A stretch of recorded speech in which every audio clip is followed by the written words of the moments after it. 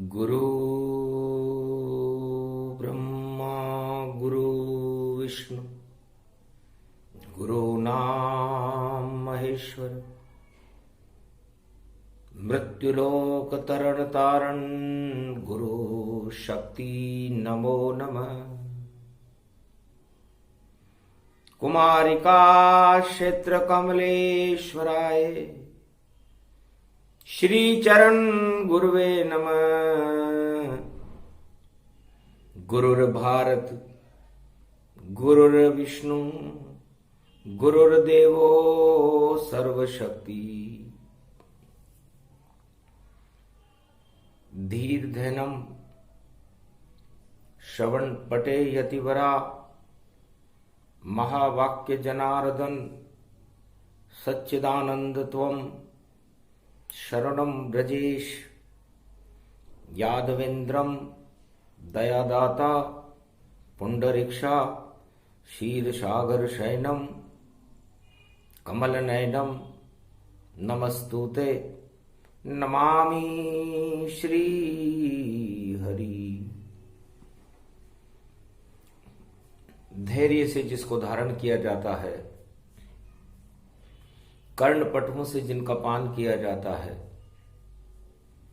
ऐसे सच्चिदानंद भगवान श्री यादवेंद्र सरकार को मैं नित्य ही चिंतन करता हूं, नमन करता हूं। जिनको नमन करने से मंगलादि मंगल तो हो ही जाते हैं, साथ ही में बहुत बड़ा बल मिलता है मनुष्यों। माघ मास शुक्रवार है और माघ पर्व शुभजान। माघ पर्व की शक्ति है स्वयं विष्णु भगवान। माघ का महीना भगवान विष्णु का होता है। वाणी ब्रह्माणी करो वाणी पर नितवास।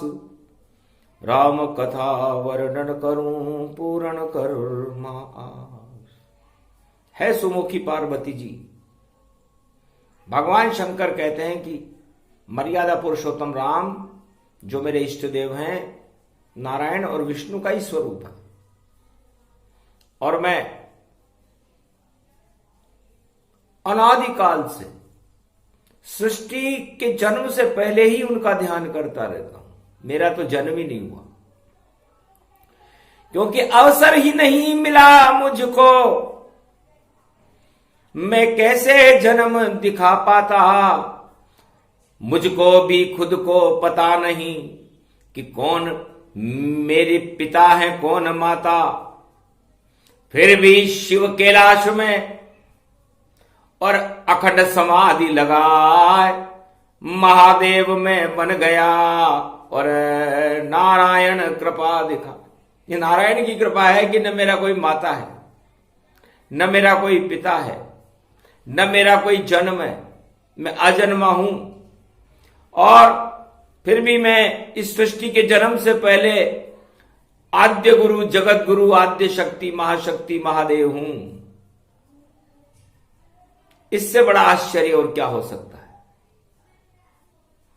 है सुमुखी पार्वती।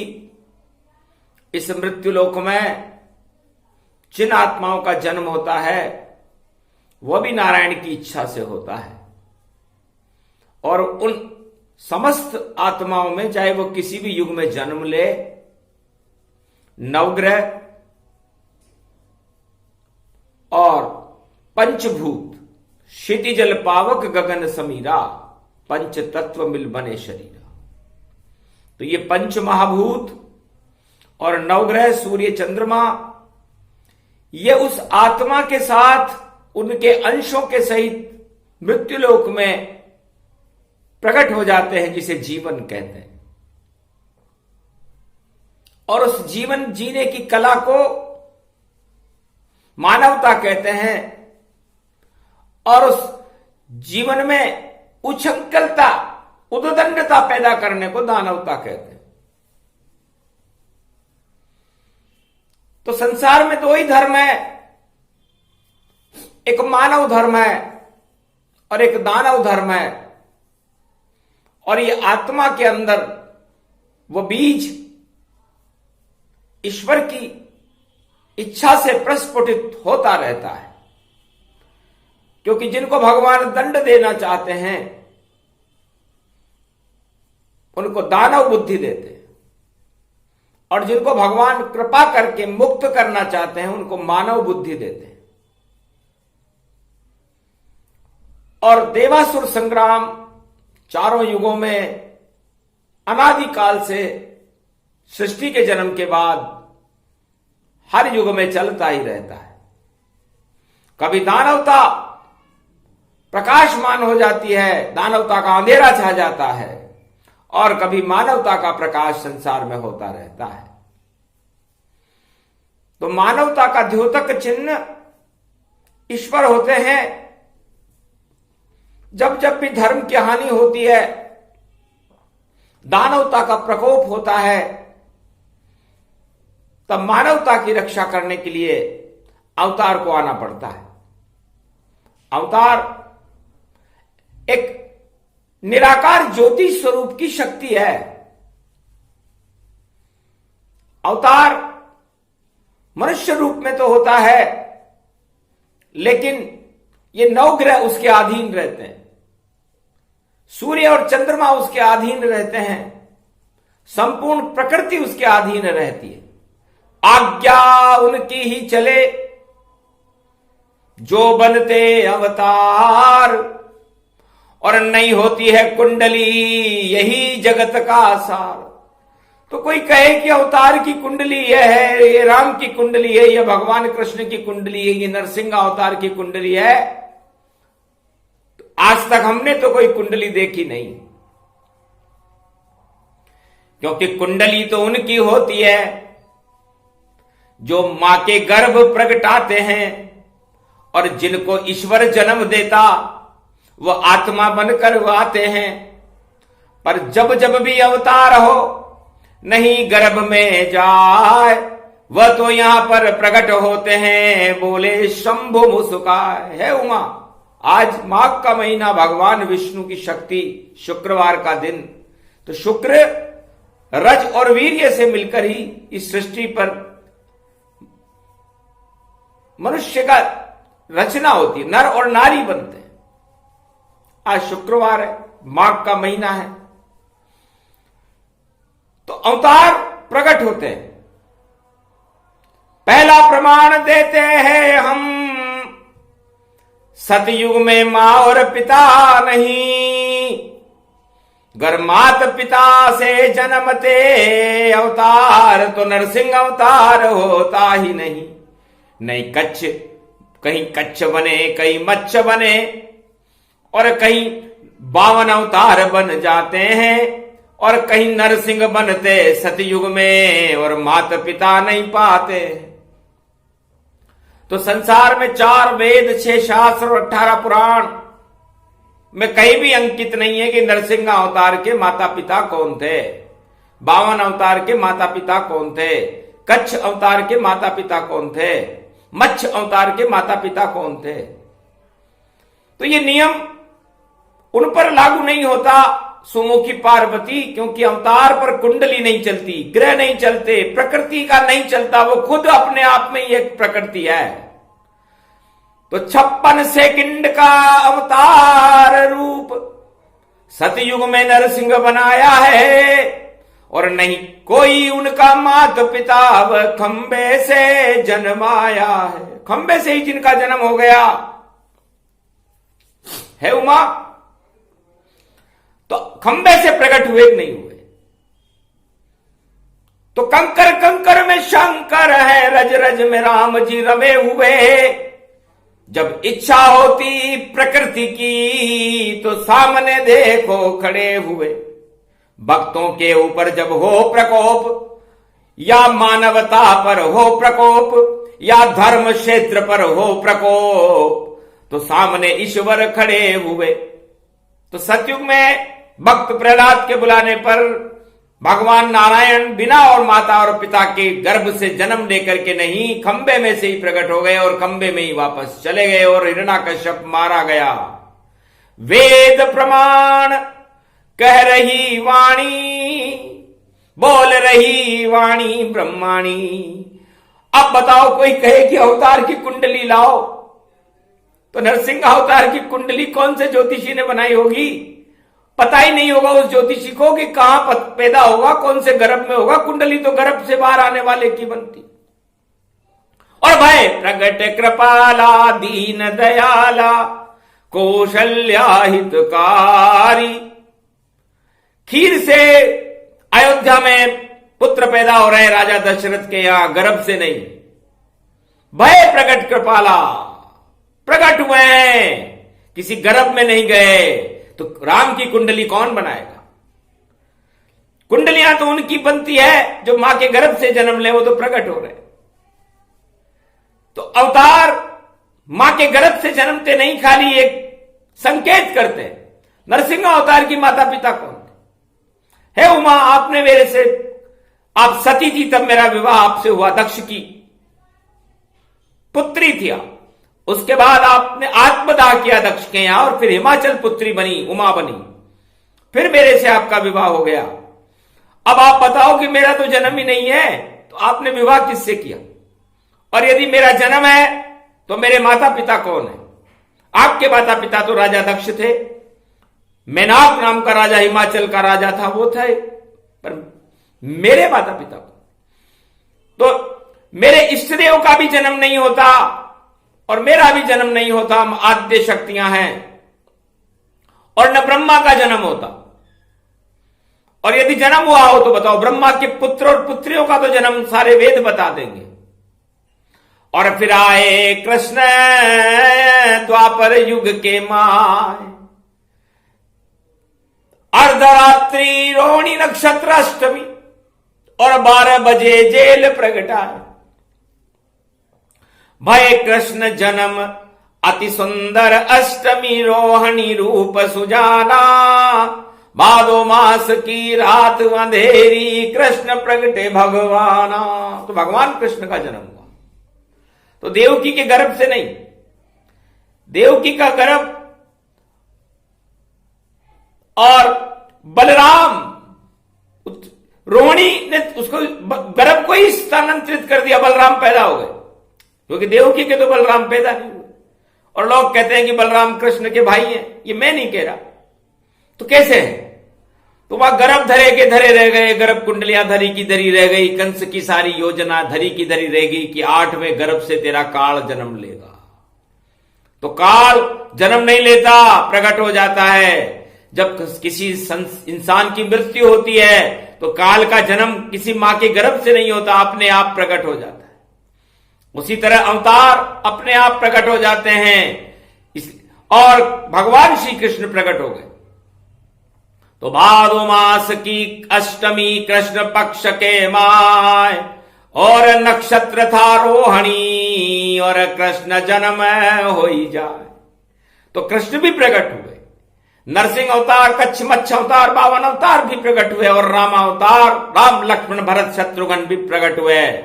इसलिए संसार में ज्योतिषी और भविष्य वक्ता क्या बता पाएंगे कि अवतार कहां होगा? ये कपोल कल्पित गप लगा रहे हैं, जो भी बता रहे हैं कि कल की अवतार वहां होगा, कृष्ण अवतार वहां होगा, रामा अवतार वहां होगा। उनके आने और जाने का कोई समय बता नहीं पाया है।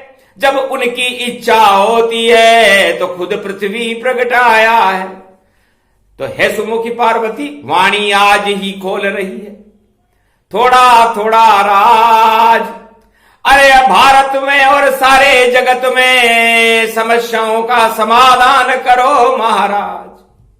जब सारे संसार के राजा निस्तेज हो जाएं, प्रजा निस्तेज हो जाए, समस्याओं का समाधान करने में असक्षम हो जाए, और उन्हें कोई रास्ता मिले ही नहीं कि हम करें तो क्या करें, धर्म का बोलबाला नहीं हो रहा हो, चारों तरफ अधर्म की परछाई और दानवतावाद का तांडव होने लगे, तो उस समय बैकुंठ में भगवान के यहां नारद जी वीणा बजाने लग जाते हैं। श्रीमन नारायण नारायण नारायण, सत्यनारायण नारायण नारायण, लक्ष्मी नारायण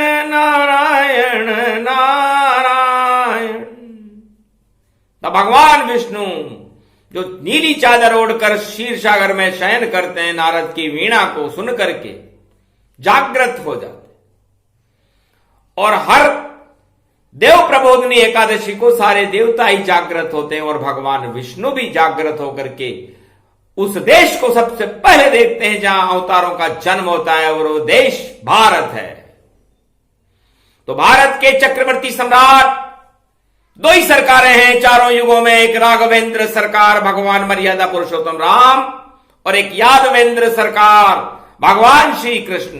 क्योंकि मां के गर्भ से प्रकट ये दो ही व्यक्तियां हुए, नरसिंह अवतार नहीं हुए। नरसिंह अवतार तो खंबे में से हुए और खंबे में ही चले गए, लेकिन इन दो सरकारों ने, एक सरकार तो भारत में राम राज्य लेकर के आई और एक सरकार भारत में धर्मराज पांडवों का लेकर के आई। ये वेद प्रमाण बता रहे शंभो। हर हर शंकर त्रिपुरारी, अरे आज सुनाए माघ मास में उमा रही इच्छा तुम्हारी। इस कारण ये योग था। योग उसे कहते हैं जब हम कोई रहस्यमयी बातें बताने लग जाएं, ईश्वर की शक्ति को थोड़ा थोड़ा समझाने लग जाएं।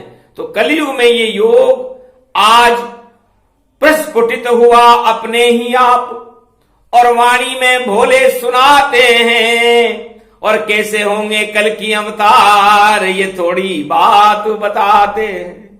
जब कलंक राजा लगे और प्रजा लगे कलंक, चारों तरफ ही दानवता के लगने लग जाए डंक, उस समय देव ऋषि नारद जी और वीणानाद सुनाते हैं। बैकुंठ में चलता वीणानाद तो ईश्वर भारत प्रगटाते हैं।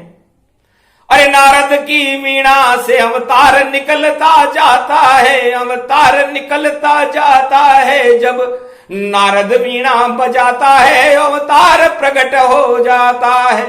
तो ये 2021 में देखो लग रहे सारे डंक दानवता के डंक हैं। और देखो राजा और रंक सबके डंक लग रहे हैं दानवता के। कलंक कलंक जिधर देखो उधर कलंक। और कलंकों में भी आदमी मुस्कुराने लगे और अपने आप को श्रेष्ठ माने तो भगवान को भी हंसी आने लगती है कि ये कलियुग है।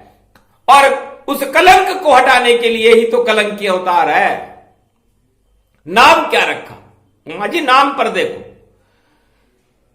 कलियुग प्रगटे कल की अवतारा, और सारा भारत उज्जवल हमारा। सारे भारत को उज्जवल करने के लिए, उसको प्रकाशमान करने के लिए 21वीं शताब्दी उस महाशक्ति का इंतजार कर रही है जो सारी समस्याओं का समाधान कर दे। और सारी समस्याओं का समाधान करने की शक्ति संसार के किसी राजा में नहीं, किसी प्रजा में नहीं, वह तो एकमात्र ईश्वर नारायण में ही होती है। और वो नारायण नारद की वीणा इस समय सुन रहा है। और नारद बता रहे आंखों देखा हाल, और कलयुग की सब दानवता ने बदल गई सब चाल। अरे हाहाकार मचोरे भूतल पर, अरे कोई किसको देख न पाए। और अंधा पट्टी बंध गई राजा प्रजा पे, और कोई दिखाई दे नहीं पाए। अंधकार के इस भवसागर में और प्रगटो आप कल की भगवान। फिर से कर दो जग प्रकाश में भारत में अमृत भरमान। अरे कुंभ पर्व यो पड़ो भारत में, और 2021 धर्म ध्वजा लहराए कुंभ में। और प्रगटो अब तो मथुराधीश और अयोध्या के युवराज और राजा रूप मर्यादा राम। आरत वाणी सुन लो अब तो, और वाणी करे शंभु भगवान। कुछ भारत की ओर भी देखो और सारे कष्ट हटाओ आप, इस कारण ये वाणी कर रहे। और कैलाश पे देखो भोलेनाथ, कल की अवतार की शक्ति को अब और सारा जगत देख तन पाए, जितने भी अंधियारे जगत में आकर खुद ही आप हटाए। नीली छतरी वाले हो नारायण और शंभो कैलाश पे रहे मनाए, दुर्दिन हटा दो सारे जगत के और भारत जगत गुरु बन जाए। बस इतनी सी इच्छा मेरी, क्योंकि माघ मास प्रगटाए, बैकुंठन के खुले दरवाजे, नारद वहां पर वीणा बजाए। अरत वाणी सुनी शंभो की वाणी, नारद वीणा साय। विष्णु जागृत होकर बोले, निश्चित कल के अवतार बनवाए। जितनी भी यहां खड़ी समस्या समाधान बल में कर पाए, निश्चित में अवतार लेऊंगा, भारत माता मत घबराए। मेरा ही मैं जन्म लेऊंगा और तेरा लाल बन के यहां आए, और मेरी इच्छा हो जब प्रगटूं, मुझको कोई रोक नहीं पाए। इस कारण ये आरतवाणी और विष्णु सुन ली सीधी जाए, और महादेव ने इसे सुना दी, और भारत में प्रकाश हो जाए। सारे अंधियारे और दुख और दरिद्र का, और देखो अब जब नाश दिखाए, महामारी का कोई चिन्ह नहीं भारत में रहेगा, बोले शंभु रूप हर्षाय। कल की भगवान ने धीरे से और खोली आंखें जाए, आंख खुली तो भारत में और कल की अवतार प्रगटाए। एक पल बाकी है कल के अवतार को होने में, और अब कल के अवतार ही भारत का नेतृत्व करेंगे, इसे कोई रोक नहीं सकता। सारे जगत का नेतृत्व कल की भगवान के चरणों में होगा। सारा संसार उस महाशक्ति के आगे झुक करके समस्त संसार की समस्याओं का समाधान करने के लिए भारत में कल के अवतार पधार रहे हैं। जयकारा कल की भगवान का, शंकर शंभु लगाए। भारत की रक्षा करो और सारे जगत को ले बचाए, सारे जगत को बचाओ, भारत की रक्षा करो। हे भगवान कलंकेश्वर महादेव, आपसे प्रार्थना करते, उठ उठ उठ तो हे राम दुहाई, प्रबल शत्रु नाश कर करो सहाय। अब तो नारायण उठ जाओ और भारत की तुम लाज बचाओ। कोई धनी धोरी या नाई, अपनी शक्ति खुद प्रगटाई। राजा प्रजा सब इधर उधर है, और देखो कोई शक्ति नहीं घर है, शक्ति लेकर आप ही और प्रगटो कल की भगवान। और शंकर भी करे प्रार्थना और दिया शंभु वरदान। भगवान विष्णु ने कहा जाओ शंभु तथास्तु, अब निश्चित मैं आऊंगा, रोक सके नहीं कोई। जितनी खड़ी समस्या भारत में सारी ही क्षय होए, दुख दरिद्र का नाश हो, राम राज प्रगटाओ। पूरी सदी 21वीं और कल की में ही पूजाओ। तो कल की भगवान का पूजन शुरू कर दो, उनके नामों का उच्चारण शुरू कर दो, और उनके नेतृत्व के लिए प्रतीक्षा करो, जो भारत का भाग्य जगाने के लिए वैकुंठ से भारत में पधार रहे हैं। सतयुग में खंबे से पधारे, द्वापर में जेल में प्रकट हो गए, और त्रेता में राजा दशरथ के राजमहल में प्रकट हुए, और कलंकी भगवान कलयुग में ब्राह्मण के घर में जन्म लेकर के ब्रह्म शक्ति का नाद करने के लिए भारत में पधार रहे हैं। बस इतना सा ही बताना था, ज्यादा नहीं दे ज्ञान, नहीं कुंडली बतलाएंगे। बोले शिव भगवान कहां जन्मे, कैसे जन्मे, तिथि कौन सी हो, ये तो शिव के गर्भ में बता सके नहीं कोई। बोलो जय कल की भगवान की। ये प्रसंग जो भी सुने करता है कल्याण। जब जब कल की अवतार का आह्वान हो तो संकट क्षय सब मान, तो सारे संकटों को उनका नाम ही हटा देता है। राम का नाम पहले आ गया था, राम का जन्म बाद में हुआ। भक्त प्रहलाद राम राम जपता था, और राम त्रेता युग में पैदा हुए। सोचो राम के नाम में कितनी शक्ति थी।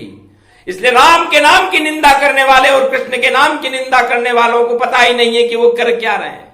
इसे राम कृष्ण सबसे बड़े, निंदा करो न कोई। गर जो इनकी निंदा करो तो सारे पुण्य क्षय हो। बोलो जय कल की भगवान की जय। ये प्रसंग जो भी सुने ईश्वर का वरदान, ईश्वर कृपा हो जाती है और करते हैं कल्याण। बोलो जय कलंकेश्वर भगवान की जय। आज के आनंद की जय।